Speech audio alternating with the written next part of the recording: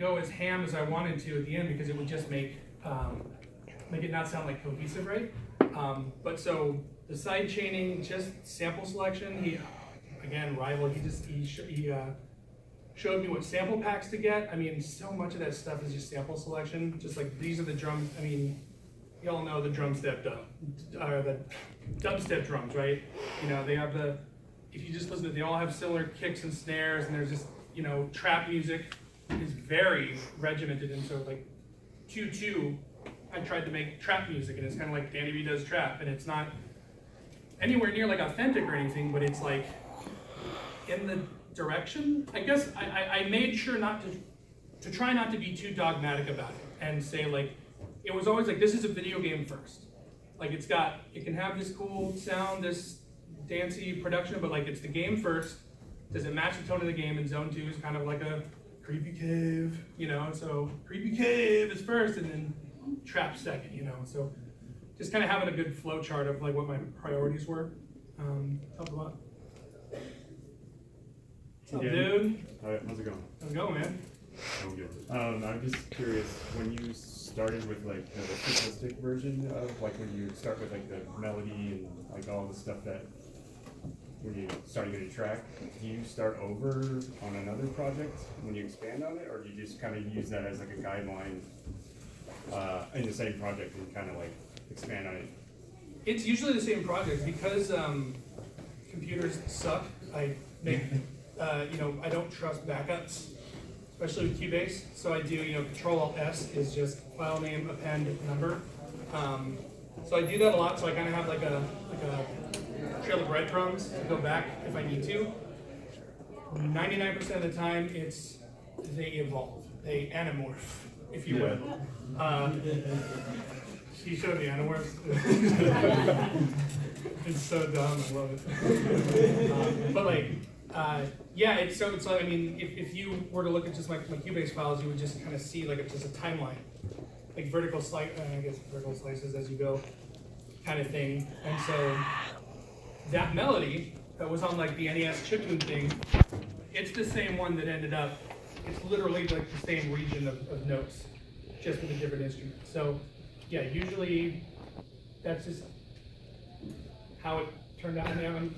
I've experimented with things like, let's print everything out, all the audio, and then force myself to mix this way, and it just never really worked. I need to have it all malleable at all times, because even like that one melody that I wrote, very first thing, is also something that I might tweak at the very, very end, and so it's like, I'm very spoiled to have grown up in the inside the box era. Yeah. I'm sure like before all this digital stuff, like you play something and it's there, and now the guitar player's back in Kalamazoo or whatever, so you can't change it. So, it's not the most efficient way of doing it, but definitely it's a living and it's kind of like I kind of play it like a game. When it really comes down to it, like clicking in this, I'm playing Blue Cross, dude. Yeah. Like it's a game. It's click, click, click, click. Does it sound good? Okay, good. Cookie clicker, Let's go over. Yeah, it's cookie clicker. That's what I'm saying, man. It's like it's no different. I'm just training myself, right? Yeah. It's like you get that clicker down, it's like you can make melodies so fast. Yeah. Cookie clicker was the secret to good composing. Totally. You're like totally gonna know. So with regards to the necrodancer, there's obviously a lot more interactive components taken into consideration with the music versus your previous works. Did you enjoy incorporating this kind of interactivity into your work, and could you see yourself doing it in the future? Yeah, that's a little bit of a weird one for me because so I'm not really a programmer. My uncle got me Visual Basic when I was like 12, and I couldn't make the stopwatch program work, so I put my fist through a wall. So I didn't become a programmer. But I've always been kind of like programmer adjacent. Like I'm into it, I like it, I always like math, that kind of stuff. And I guess I do kind of have an aversion to over interactivity, because I think some games definitely overdo it in that, oh, we can make a C# play every time you do a mushroom, or no, that's like you're overdoing it, right? Like it doesn't leave room for any kind of happy accidents. But like doing this new game called Industries of Titan with the Bracer Side guys, and there's going to be a lot more room for experimentation on that kind of stuff. You know, if this faction has this many weapons, like, do we bring in more guitar? Do we bring in more drums? That kind of stuff. Just unfortunately, since I'm not like a programmer, I'm kind of at the mercy of what they can do for me, which can be kind of frustrating, and it's something I would like to try to remedy at some point, just to learn. What is it? Fmod. This is how ignorant I am. Fmod, W-wise, and It's just wise. So, yeah, it's interesting to me. I don't, you know, you look at stuff like Mini Metro, the great Rich Freeland, and it's like that adaptive soundtrack kind of stuff. It's brilliant. Like, I don't understand it. That's not kind of the way I think about music. Like the pentatonic kind of stuff, generative stuff. Like, I guess I'm just much more inclined to prefer a curated musical piece to score a possible set of like interactive events. That's worked for me. I mean, obviously there's games that completely blow that out of the water, and there's examples every which way. So yeah, honestly, that's still something I'm kind of exploring. I guess I don't really have a. I'm just gonna see what happens.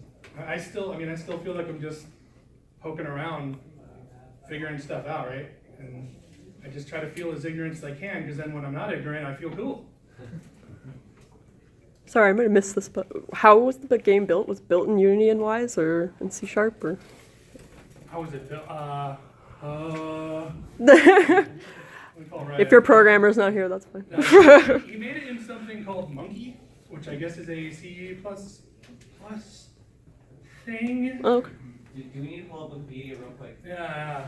No, but that, I mean, so that's, yeah, it's Ryan, I mean, knows his stuff. They're doing Unreal on the new one.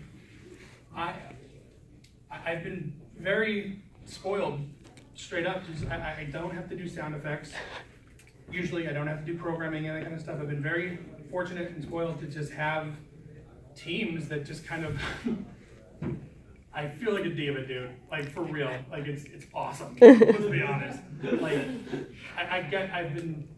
I'm able to kind of just focus on making music and then just like talking to them, and they do the hard work.